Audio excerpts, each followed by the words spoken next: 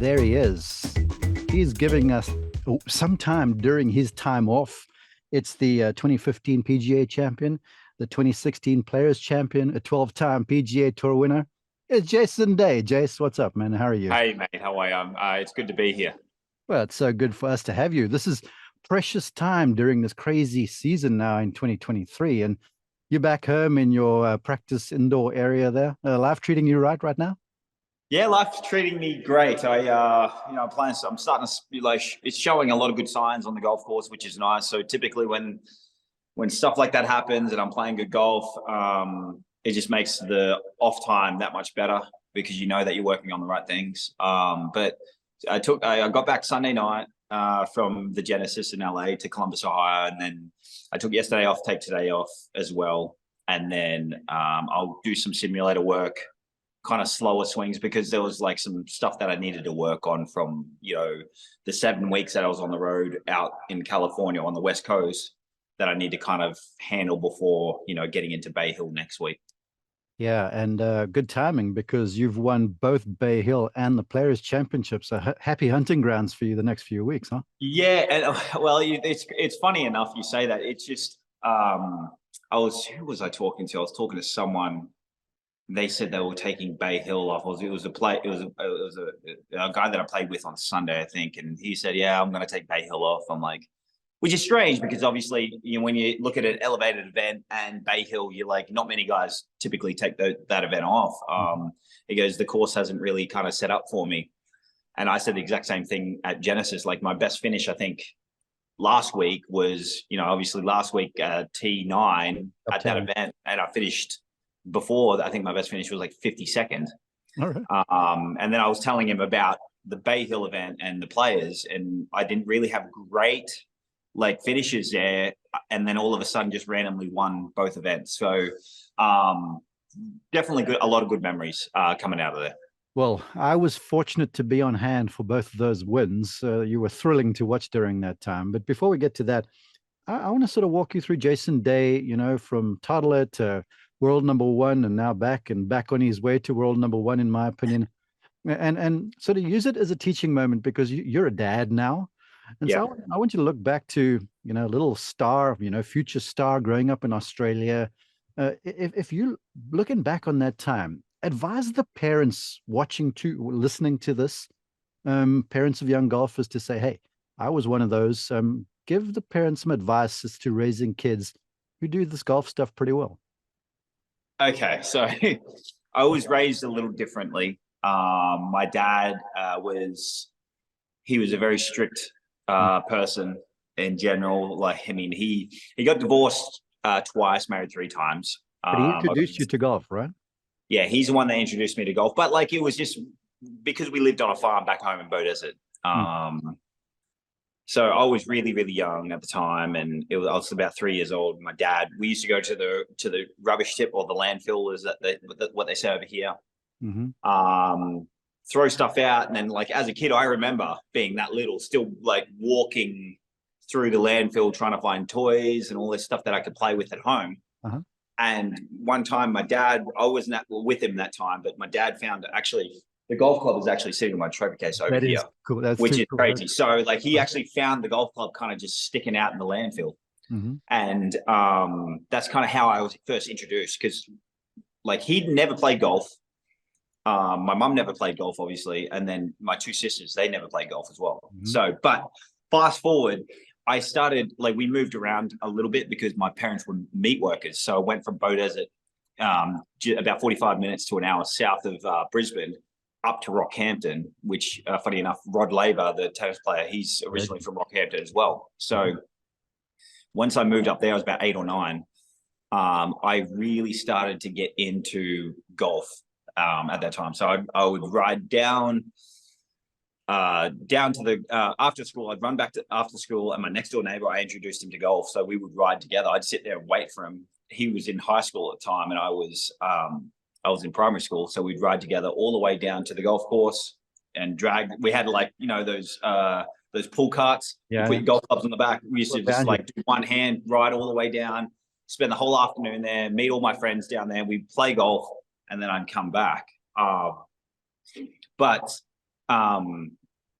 this is where it gets a little different for most people in regards to how I was raised as a golfer. My dad was pretty abusive. So anytime that I would play bad golf, he would get abusive on the golf course, physically and mentally.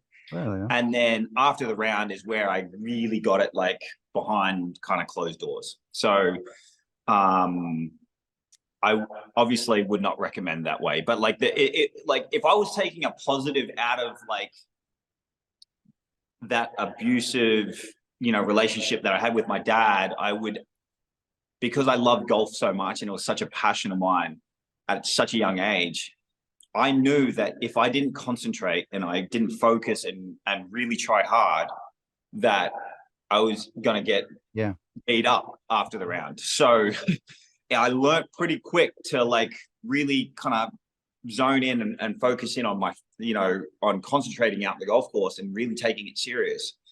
And like looking at it now, because my kids, they play multiple sports. So like they play tennis, soccer, golf. Of course I want them to play golf, but I'm not going to really push them into it because my dad kind of pushed me into golf, and like through some traumatic experiences that I had, I don't like, I know what they felt like. So I don't want to have to push my kids into something, but I also know that like there has to be some sort of little nudge in certain directions. Do you know what I mean? Because like at the end of the day, you have to kind of just help them along the way. And then at some point that hobby of theirs will turn into a passion, and they'll start getting better. They'll start loving the game a lot more. They'll want to be out in the golf course a lot more. And it's just like being around it, like they'll just start to love it and want to get better, because it is such most sports are like this, are the same in regards to like when you first start it, you want to improve. And once you see improvement, then like you become like fascinated by improving, whatever sport you're trying to, play in. Yeah. You know what? You're so insightful there. And I'm thankful that you would share that traumatic story, really. Then you move along some, and obviously you go down there to, I can't remember the academy, but Colin Swatton enters the scene. And he sort of shepherds you along the way. You start winning all over the show. And I remember meeting you at the 84 Lumber event. That was way back in the day, right? We still played. We still played ping pong, I remember, with Colin and you and Chart Vanderwalt and myself. And I remember looking at this talented young Australian kid and going, dang, this kid's got it all. But you were so fresh-faced. And so I want to sort of ask you, for parents, like you and I are both from abroad, right? We both came over here, leaving home, basically. It's sort of scary stuff. And I'm sure for a youngster coming over here, even though you got Colin on your wing, that's challenging mentally and emotionally, isn't it?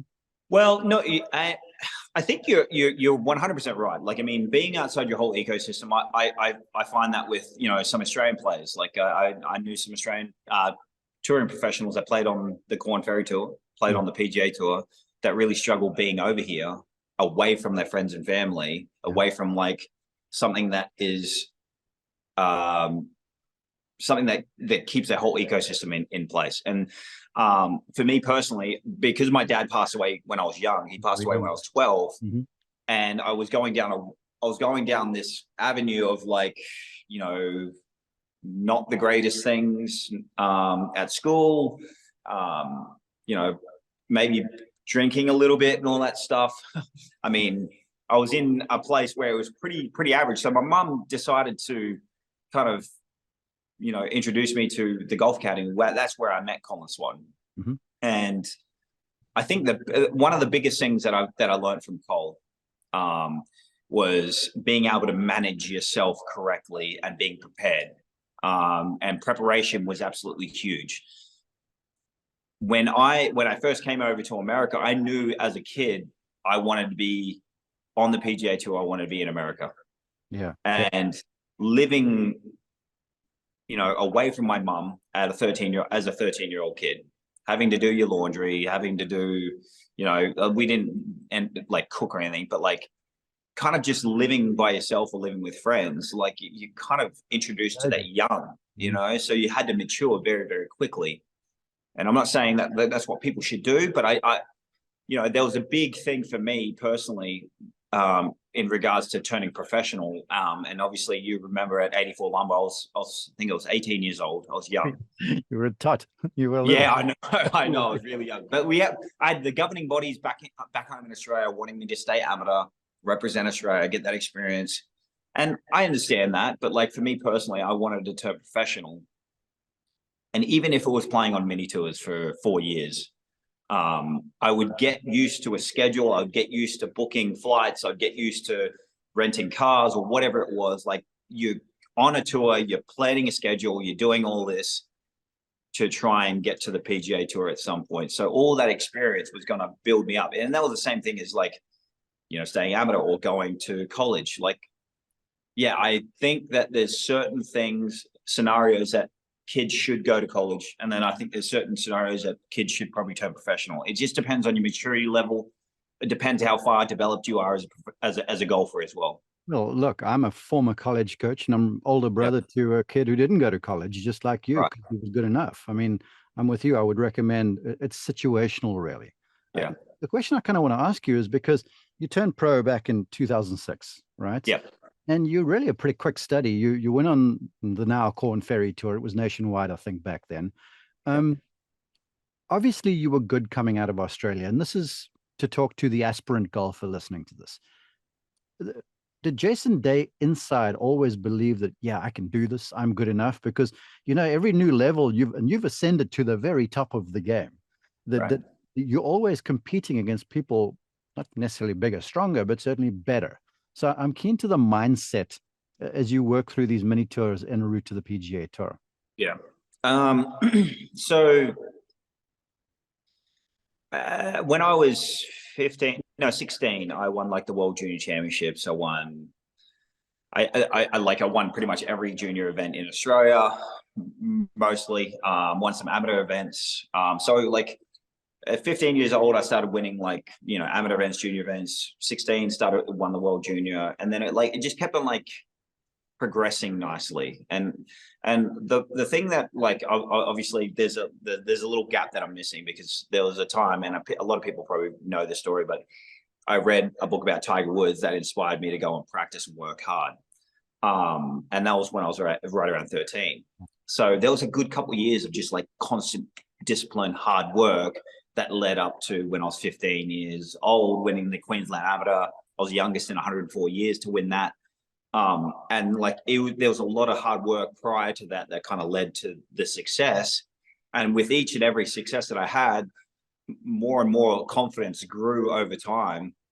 And then once I turned professional, I had 7 starts on the PGA Tour, you know, back in 2006. And I finished, my best finishes were like T11 and T14. So that told me that I was like, hey, you're not that far off. You know, if you can have a full schedule, you're gonna do just fine.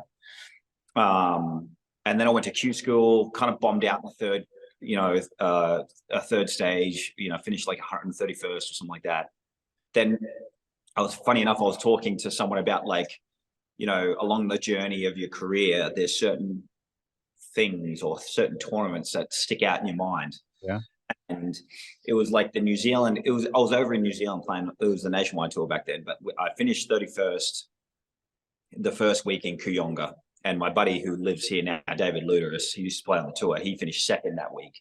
And I was missing the cut in New Zealand the next week. And I had conditional status out on nationwide back then. So I needed to make enough money to, you know, reshuffle so that I could play more events. And I was missing the cut in New Zealand. I went to sleep, woke up Saturday morning, and there was a weather delay. So woke up Saturday morning, and the winds that were whipping, they were the worst winds that you could possibly have. And David Diaz, I remember, we call it, I won't say the nickname, but anyways, David Diaz, he ends up double bogeying the last hole to let us all in. And then I end up going on and finishing 6th that week. And then that kind of spurred me on to playing better golf. And then I ended up winning later that year in Cleveland, and then finally got my tour card. And then that's when it was a real kick in the teeth getting on the PGA Tour. It was different. It was like a whole different beast. Yeah. Corn Ferry Tour, now what it is, very talented golfers, very good golfers, very raw, I would say. A lot of guys that are very young, just out of college, very super talented players, and very much my situation. Got to the PGA Tour, it was a total different story. Like out in Corn Ferry is like very like friendly. You're hanging around guys, you're having dinner with guys. PGA Tour was like back when I first started, guys were like in and out. It's not like the way that the tour is now. Currently with all the guys like hanging out with each other, it was like we were like Tiger, VJ, like Did their you own know, thing. I mean, they were just like they were in out, didn't want to talk to anyone, and they were like very competitive. So I was just like, whoa, I was out of my element. And there was a stretch there where I think I missed 6 or 7 cuts straight, and I was like full on panicking. Like I was in panic mode. Like I don't know what to do. Like I was so out of my element. And then I finished, I think 136 or 131st on the 136 on the money list that year, and then got conditional status again on the PGA Tour. But then I played well at Pebble Beach the next year, and then finished second at Puerto Rico, and that kind of like settled things down for me. And you get the first win out there in Dallas, the Byron Nelson 18th. Yeah. And then it started to sort of snowball really. And you obviously became a force in the game. Now you en route, right? And Jason Day, I remember, was contending all the time. You had runners up in the Masters and a bunch of the majors. And then the questions start coming. You know, this kid's so good. When's he going to win a major? And Yeah. I think it's unfair because it comes from guys on my side of the microphone. Yeah. Because I'm thankful that I've taught golfers at the highest level, and now I get to talk about them. And I know the battles on the other side of stuff. And it's so easy for us to opine about crap, where you guys have got the hands on the rubber end of the club, and it's real. And you're a human being with these challenges. Talk about the emotional challenges on the way. Right. Yeah. I mean, there was definitely emotional challenge. The hard thing is to try and to quieten down the voice inside your head at times, because that is probably the most difficult thing, is to try and stay as present as possible, but also like not get too far ahead of yourself, because like you said, I mean, you start hearing things in the media, and then at that point, I just decided to like not even listen to it anymore. And I was like playing some really good golf, winning a lot, but like, things started to align for me. I had a rough 2012, and then my team sat me down and said, "Hey, you're not working hard enough. You're kind of slacking." And I felt bad for Ellie, because we just had our first child, Dash, and she was going through postpartum depression with that. So it's like, well, don't know that either. That has an effect on professional golfer. Oh yeah, but not only like, I mean, it had an effect on professional golf, had an effect on our relationship. Like I didn't want to be on the golf course, and then I came home and she was going through it, and that affected me. And I was just like, I don't want to be home, and then I don't want to be on the golf course. There's nowhere to go. And it really, like, I really struggled with it. And then after about a year of being a parent, I kind of understood. And you got to understand that, like golf is a very selfish game in regards to how much time and effort you have to put into it. And when you introduce a new responsibility, such as a kid, it was a pretty big shock to the system. I didn't really understand how to be a parent. I didn't understand how to be a dad.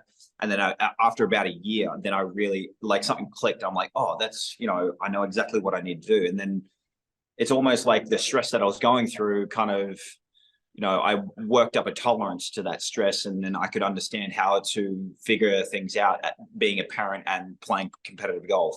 And then I started playing really good in 2013, pretty good in 2014.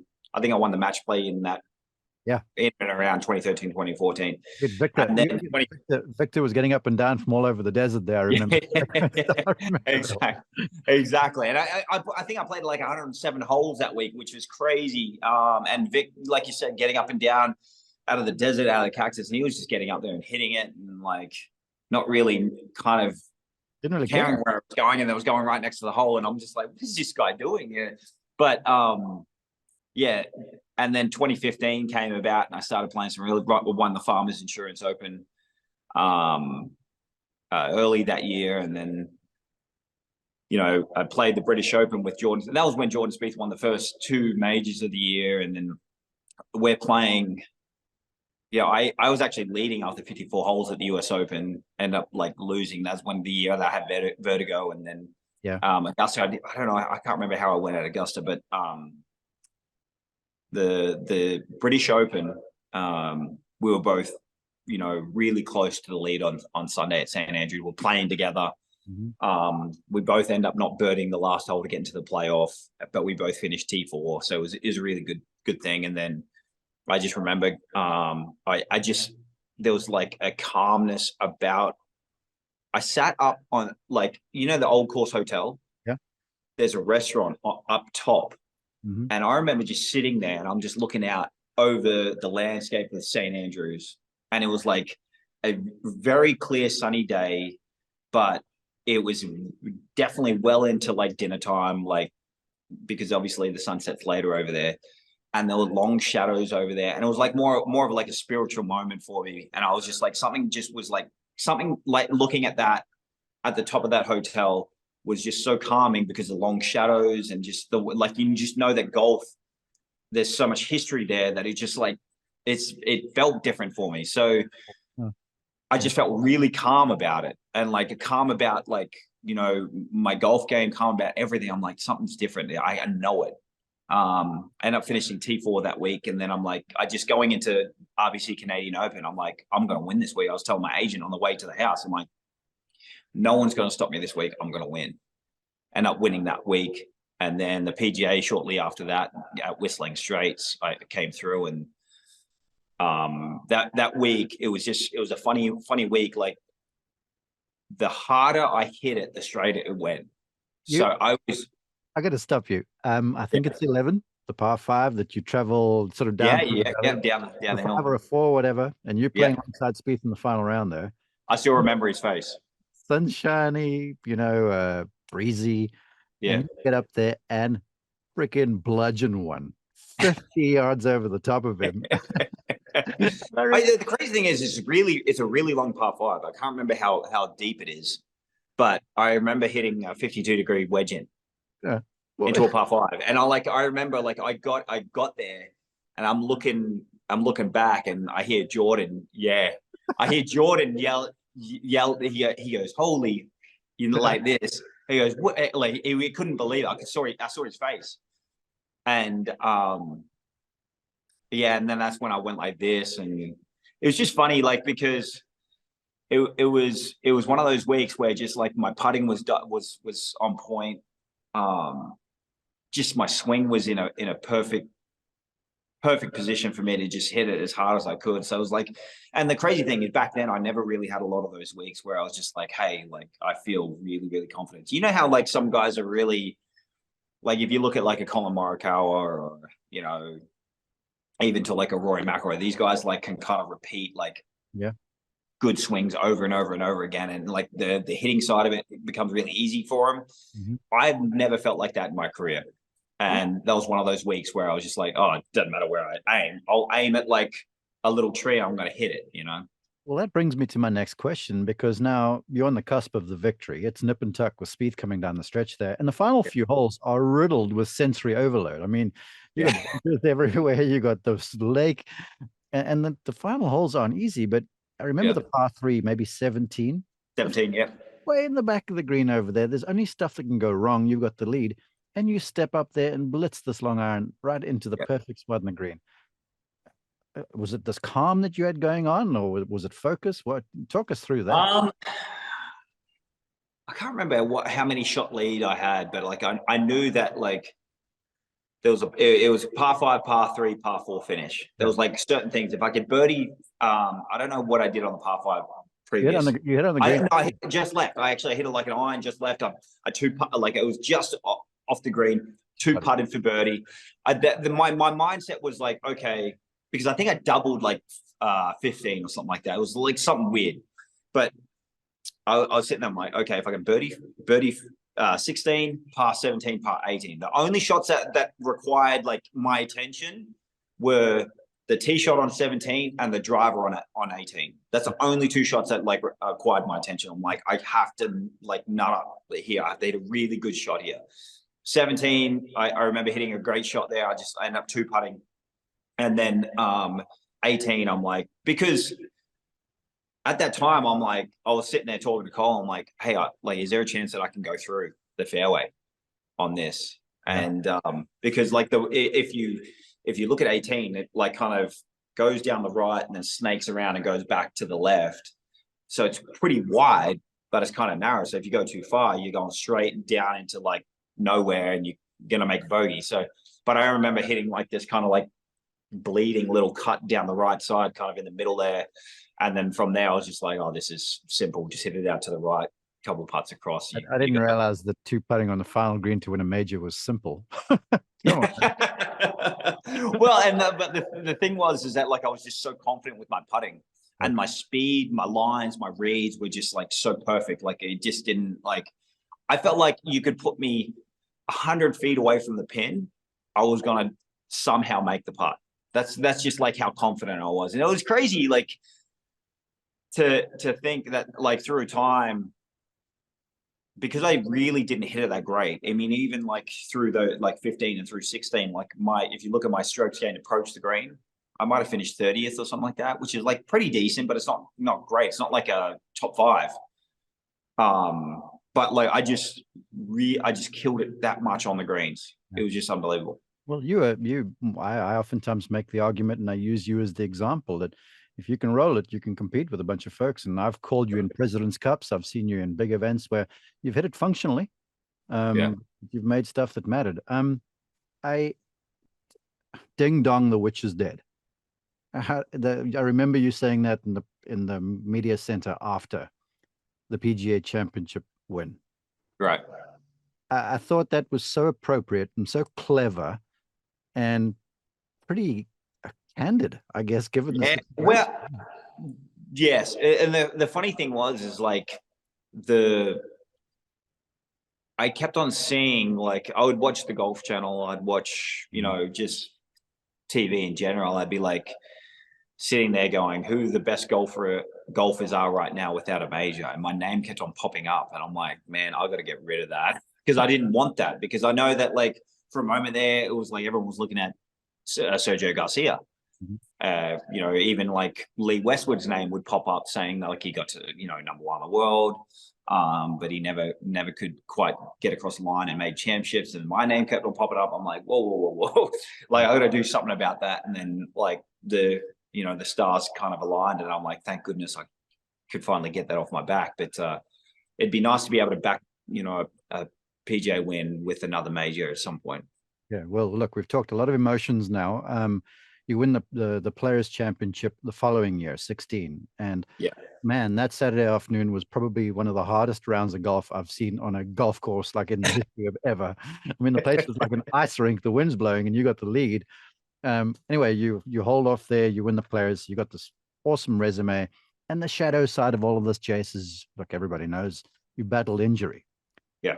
But, I don't want to camp on that, but I'm just so proud of you, if that means anything, because you had the wherewithal to say, okay, I'm going to find a way past this. Yeah. You could have gone, I've got it. I've been number 1. I've got the major. I've got the Players and stuff. But no, there's no keeping you down, bro. So let's talk about 2.0 version of Jason Day. Yeah, it was funny. Like you say, like after the Players win, I think I was just that mentally fried from like being the best player in the world. I was number 1 in the world at the time. And having to deal with all the stuff, because I feel like I'm pretty accessible in regards to, I could probably do a little bit better with like signing more autographs and all that stuff. But, at that time, I was just like, there was just so many things going on, like business wise, golf wise, family wise. I was so mentally done that after the Players win, I just switched off. I'm like, I'm done here. Like, if I keep going down this path, I'm going to quit golf because I'm not enjoying it anymore. And it was so funny because it was really fresh. I remember sitting in Atlanta having a chat, like we're playing Eastlake.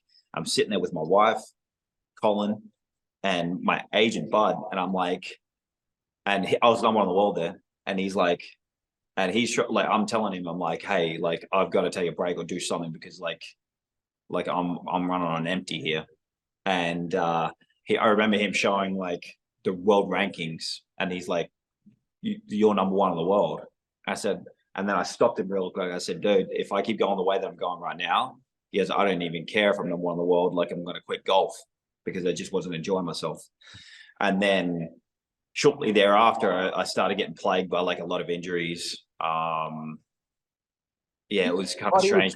Look, the human body is strange, right? And stress is a real thing. And everybody watching to, listening to this, yeah, is now learning about stress and its effect on just physical health. Do you feel like well, yeah, I mean, you got to understand that like stress, it's a silent killer. You know, it's crazy because like shortly thereafter, you know, in 2017, my mom was diagnosed with like lung cancer, and then she went through that battle, and then you know, everyone's like going through some sort of stress. I understand that. And then, you know, I was battling some injuries, and like the stress that I had off the golf course was, you know, definitely helping the injuries along the way as well, you know, in regards to making it a lot worse. And then like, you know, I ended up playing okay in 2017, but like I came back and won twice in 2018. And then that's when, like, after that year, that's when like all the injuries started really catching up. And I'm like, there was a moment there, because I used to do 2.5 hours of putting a day, pretty much every day. That's the secret. Is that why you're so good on the greens? That was part of the reason. Mm-hmm. And because I just was really disciplined in the way that I did a lot of things in my golf game. But then, yeah, I got to a point where I couldn't stand over a putter for 15 minutes. Like it would take me forever to get out of bed in the morning. You know, I would show up to tournaments going, okay, I can't practice Monday, can't practice Tuesday. I'll just get through Wednesday, the pro-am. And then if I can play Thursday, Friday and make the cut, great. If I don't, then I've made a number for my contract, and I'm just, you know, I'm checking the box. And at that moment, like you're not playing for the right reasons. You're playing for the wrong reasons. You're making up a number. You're trying to hit the contract numbers so you don't have to give back money to the sponsors. You're just playing. You're in such a bad position. And then once again, like I was struggling on the golf course, and I hated it so much. And then like I obviously went through the breakup with Cole. You know, it was helping my mom. She finally moved over. You know, since over the last 2.5 years, she was living with me before she passed. So there was just a number of things that were like kind of pushing that, like the injuries along even more. Like that, I mean, it's so funny. I was talking to my caddy, and he was like listening to some podcasts about pain and all that stuff. And he's like, hey, I listened to this really good podcast. It's about like pain as in like if you're like turning a knob. So, and they were saying in this podcast that like pain has like a volume switch to a certain degree. Like if you stub your toe at home when you're under stress, it hurts a lot. But if you're on vacation in a place that you want to be at, and you're just having a good time, you stub your toe, it hurts, but it doesn't hurt as much. You know what I mean? So it's just, there was a lot of things like that were connecting my injuries off the golf course to, but now, like, I feel like, you know, like you said, Jason Day 2.0, I'm not sure if, like, I'm slowly working my way towards that, I think. And I feel like the swing changes and the body stuff is like working. Let's get into this. Okay, because this is how it came about, folks. Phoenix, this is 2023 for the folks listening to this podcast down the road. Saturday morning, I walk in the range and prep for our show, and there you're in contention, or you've got a shot to win. And I love to watch you play. I always have. And so I walk up and I chat with Luke, and I look at you and you flash the grin, and I'm like, man, you look great. You know, and you reacted just like you did. And I was like, wow, Jace. And then I said to you a few weeks prior, we had you on PGA Tour Live, and I watched you play the whole round there in the American Express, might be in the weekend or whatever. And because of the way I was just watching you swing, even though you didn't shoot the best score that day for yourself. I was like, Right. I'm going with this guy next week and one and done. And then you played beautifully at Torrey Pines, you always do. And it just seems to be growing now. And I've got the want to ask you a question because it's a massive overhaul you've done. I mean, Mm. where you were and where you are now, like two different people. And so I mentioned that to you, and you're like, yeah, I'm getting it with the short irons, but it's still a challenge with the long stuff. So I guess my first question about the swing changes before we get into the nitty gritty of it, everyone listening to this is changing their swing. Tell Mm. the people it's not as easy as what you guys make it look when you're making these adjustments, for goodness sake. Yeah, I mean, it's definitely a lot easier for the person at home. Like I would say, like, I mean, it's like it's difficult to make change. I guess it's easier for the person at home and not easy at the same time, because like for me personally, like I can make changes pretty quick. I feel like I'm kind of one of those gifted people that I'm able to make significant changes pretty quick. Now, granted, I started working on kind of shallow in the club and everything middle part of December last year. So Even change your I posture though. It wasn't just your golf swing. You've started from the start with this stuff. Oh yeah, I started from the start. Yeah, Yeah. I mean, I it was pretty much ground up. Like I was way too deep and like sitting back in my heels too much, too squatty. There was like a number of things that like we had to change. I had to stand up a little bit more, get more weight a little bit further forward. Um, but like it's just funny. Like it was there's two parts to it, because there was the body stuff that I was working at home with my two trainers that like contributed to some of the changes as well. And then obviously the stuff that I work with Como. And that stuff has evolved. It's taken me about a year and a half to kind of get, I would say 90% of the way with body motion. Yeah. Now, grant like that, there's still stuff in there that needs to improve. I would say, like, I mean, I could definitely show you right now with what I'm slowly working towards. But yeah, I mean, the changes now, like, it's about like for the first year and a half to 2 years working with Como, it was like major overhaul, big changes. Like you could actually notice the difference. Now it's like all the subtle things that you don't really know that Well, I'm working. you're in your studio there for show the folks for YouTube. They pop up and show us what you're doing too, because I think it's Yeah. fascinating because you used to be powerful because you swung hard. Yes. Powerful because you're efficient, and you hit a tee shot where I had you here recently. I can't remember where it was. It might have been Phoenix. I can't recall. Final round. And you smashed the thing down this par five, and I smiled at you. I'm like, that was, pretty large. And you you sort of laughed. You said, yeah, I could still hit it a little bit. Yeah. I mean, like I said, like I'm just waiting a little bit now to really cement this these swing changes, that I'm doing it from a healthy way Yeah. before I start working on speed again. I remember 2016, I was like swinging. My ball speed was like 187, something like that. So like I've always had like some speed there, Yeah. but like I kind of my tendencies back in the day were like I would laterally slide this way, the upper body would tilt. I would restrict my hip motion so I wouldn't have a lot of shoulder turn. Yeah. And then from there, I would try and get it shallow, but I did it from this. So I'd get shallow really late. So I'd go kind of do this and stand up, laterally slide this way. And then my right hand would actually flash away from the body. I'd get really flippy. Actually, my right hand would come off. Mm-hmm. So for a moment there, we were like working a ton on like making sure that I could get deeper into my right hip, get a nice big turn on the way back. And it was like working on little things like that. And then like obviously now like I'm trying to, like I would love to, get a little bit deeper this way. Then as from the top, I would love to get a little, like almost like you're falling Sliding into it. downhill. Yeah. You know what I mean? Sliding downhill. That way I can get enough pressure in this foot to be able to push up and out of the way, because my tendencies right now, and like a lot of people out there, they're trying to just find like, hey, when things go off, what happens? Mm-hmm. My tendency right now is to like kind of get like a nice big full turn into my right hip, big full turn here.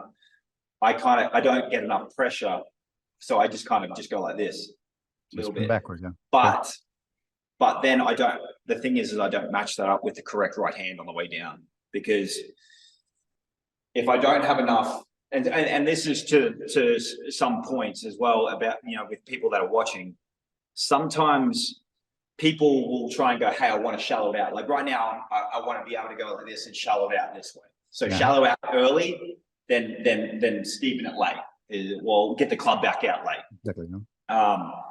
But sometimes things will handcuff you that's happening well later in the swing that is causing you to not shallow it, for me personally. So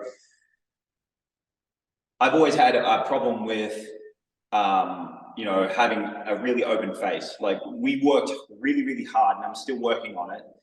Me and Chris, trying to get more turn down in the right hand here. Shut the square to square the face earlier. Yeah. Yeah. So essentially from there, if I can get more turn down from in the right hand, where the club face is actually looking at the ball a lot earlier. Mm-hmm. That way, if I get that position constantly, then it will naturally just kind of shallow this way. But if I'm here and I don't have enough turn down, then my natural instinct is to come back over, because subconsciously I know that the club face is open, and then I go this way, get lateral again, and then flip it that way. So look, I mean, it's habits are a thing, and the truth is there's a target on the end of every golf shot you're standing over. So you got to sort of be mechanical and make the shot work like it is. I guess it brings up the question where you admitted to me, like, it's easier with the short irons, but when I try and crank one with a driver, it becomes a little bit bigger a deal. Yeah, no, it really is. And I think I started out with like wedges, working on the swing, working on these changes. And then like the ultimate goal is to get to a point where I'm swinging the driver, like not similar to like the wedges per se, but like swinging the driver the way that I need to be able to make the changes stick a lot more throughout the bag. And it's so funny, like even though I'm trying to make changes, but like then I like play a tournament and the changes kind of go away, and then like I'm like I'll work in the off week and then they start. So I'm just trying to do this gradual progression, even though it can be difficult. But I feel like I'm actually driving it pretty well. Like my driver is very predictable right now. It is fading. Which I wanted to say, because the young Jason Day I used to hit the thing way high and tumbling from right to left. Now, when I called you on the golf course, because that's the challenge, isn't it? It's one thing to do it in practice, but under pressure is another. And I watched you there. I think the hole was 14 in Phoenix, which is not the easy driving hole. You're uphill. There was a crosswind off the left, I think it was. Rough down the left, out of bounds right. And whoever was alongside you, Ricky had just driven it out of bounds. Out of bounds, yeah. Right? And you stand there and you flash this freaking flat fade out there. And I was like, yes, this is real. I mean, and that's my point, is like why I struggled last week at the Genesis compared to like my drive. I would say my driving, like my driver per se is like, it's very predictable. It's fading. Like sometimes it fades too much. Sometimes it just goes straight, but I know I know it's going out and falling, So that's like, I can aim down the left, hold that face a little bit more, and then just like have the feeling of like pulling. This is a really nice feeling to me, because like, and this is something that me and Como are working on at some point, well, we've been working on a lot, but like it's gonna stick at some point, is getting this left arm internally rotated as far as we possibly can. Really? Yeah. But you got to be careful, because you can mess your shoulder up. So being able to, like, as I'm coming down, internally rotate this as much as possible, have this more right arm more underneath me, but then get the rotation through the forearms. Yeah, and then So that way, then you're pulling up and out, and then you get into rotation through the forearms, and you're kind of looking like getting the right hand kind of looking more at you.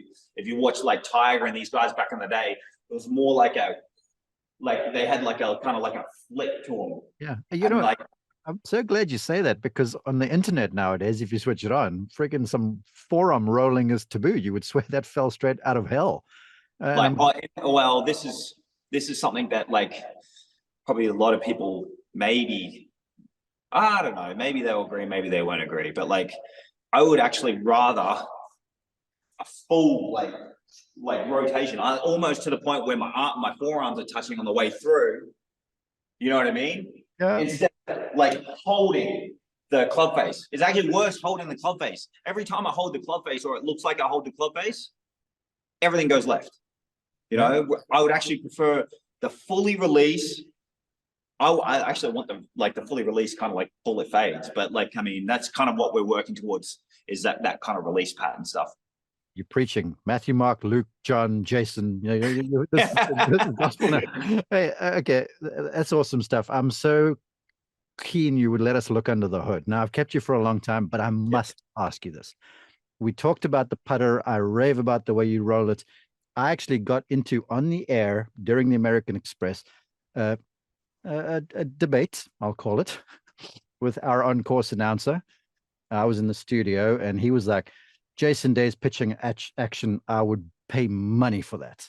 And I was like, yeah, I hear you. But I'm like, the way Jason rolls it and the way he strokes it, I'd pay my mortgage for that thing. So I want you, please, to share a putting tip, something you do, and a pitching tip.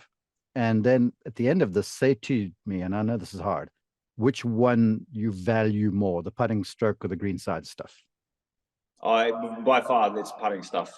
By far, I was right. I was right. I mean, like I've never been a guy that like it could be a Jordan Spieth around the greens that would hold out a ton. You know, or like, I mean, I think one year Sung JM hold out 20 something times. I've never been one of those guys. I was always like a guy that would chip it to like 6 feet and make the putt. You know what I mean?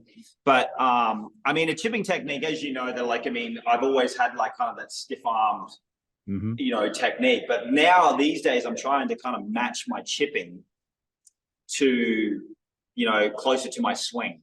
Okay. So it's like a lot of like kind of like, you know, there's a little bit more kind of this about it. There's a little bit more rotation, kind of like that about it. I'm sure you're adding more shots going that now. It's not so one-dimensional, correct? Yeah, like I'm able to play a lot more shots now. Like before, it's like sometimes I felt like I had to overplay certain shots that were really, really simple. Now, like I feel like those certain shots that I did have, or that I'm trying to play now, are a lot easier to play, which is great. The only concern that I have now is making sure that like when I do rotate, I rotate this way, because sometimes I get too far forward this way, then my head goes back and then I kind of stick it in, dump it in the ground, and then you get flubs. So I'm always constantly looking at, if you're looking at me, I'm looking at the right side of my head here, making sure that like it's almost like sitting on a wall that I just kind of rotate through. What a great image. But with the putting, this is yeah, we are. This is the gold. this is interesting. Putting is there's really only like 3 things that you need in putting, and in my opinion. Now this is just like the way that I do it. So it's not like for everyone else. This is just how I do it. But there's really 3 things. You have to know how to start it straight. You know what I mean? Wherever your parallax error is, or wherever you see straight, however you start it straight, you need to start it straight. That's first and foremost. You need to repeat that over and over again. All right. The second thing, and probably the most important thing, is speed. Speed is probably the most important thing about putting. And then the third is green reading. Now, granted, the third, in regards to green reading, the first and second actually relate to the third pretty importantly, because if you can start it straight, if you got good speed, you can start it straight constantly, and you're like, whatever it is. If you say, okay, I'm going to be a David Duval, hit a 3 feet past. Yeah. If you constantly hit a 3 feet past, you have one line that you're going to pick every single time. You know what I mean? Yeah. For me personally, I like to hit a foot past. And when I do that, like I can constantly see the speed. Now, granted, like I'm a very visual putter. Like I visualize the speed, I visualize the ball rolling from my ball. Not only like when I'm standing over it, if I'm looking at it down here and I'm looking, it to go out there, I trace the I'll trace a line from my ball to the hole. And people But watching golf can see you do that because it's part of your routine. I was going to say to you, your routine is magnificent, man, and it never ever varies, no matter the length or the importance. And I know they all count one, but the importance of the putt. Yeah, no, it doesn't really too much because I have like little checkpoints along the way, because I'll sit there and go, okay, I'm constantly visualizing when I'm looking behind the ball. I'm like, okay, I've got to see how hard does this, like if it's going into the hole, like how hard does it look like when it's rolling and going out there? And then like once I get the visual of that, then that somehow translates into my body and goes, okay, that's how hard you need to hit it. And then like, so if I take you across here, right, I'm going to take it real quick. Right, while you're doing this, for the folks listening to this on audio only, get onto YouTube. You are getting a lesson from arguably the best putter in the game. Yeah. So you obviously can see that hole there, right? Yeah, okay. Yeah. Mm-hmm. And so as I'm reading it from all different sides and everything. I'm trying to see this. This is a very flat putt, but I'm just going to say it's like a left to right. Right. But I'm reading it and then I'm feeling it through my feet. I'm seeing it through that. I know, okay, these, like the greens are a little bit firmer. I mean, a little bit faster.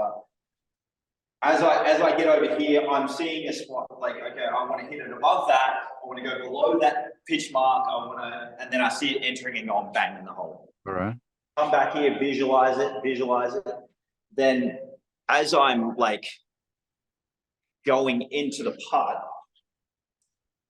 I make sure I pick something out like 6 inches in front. Like a starting point. Yeah, like a starting point. Mm-hmm. I kind of trace my line, go back to the hole, and the last look that I do is at the hole where I want it to go in at the correct speed.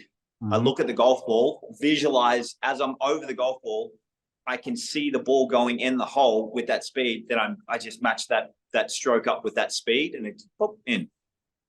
All the time. Well, not all the time, most of the time. One more question. You speak of the visualization. People can see that when you get behind the ball, even for full shots, how you close your eyes. And to me, it's like you become the shot. But post-shot, when you putt, like you hold your spot for a good second, if not two.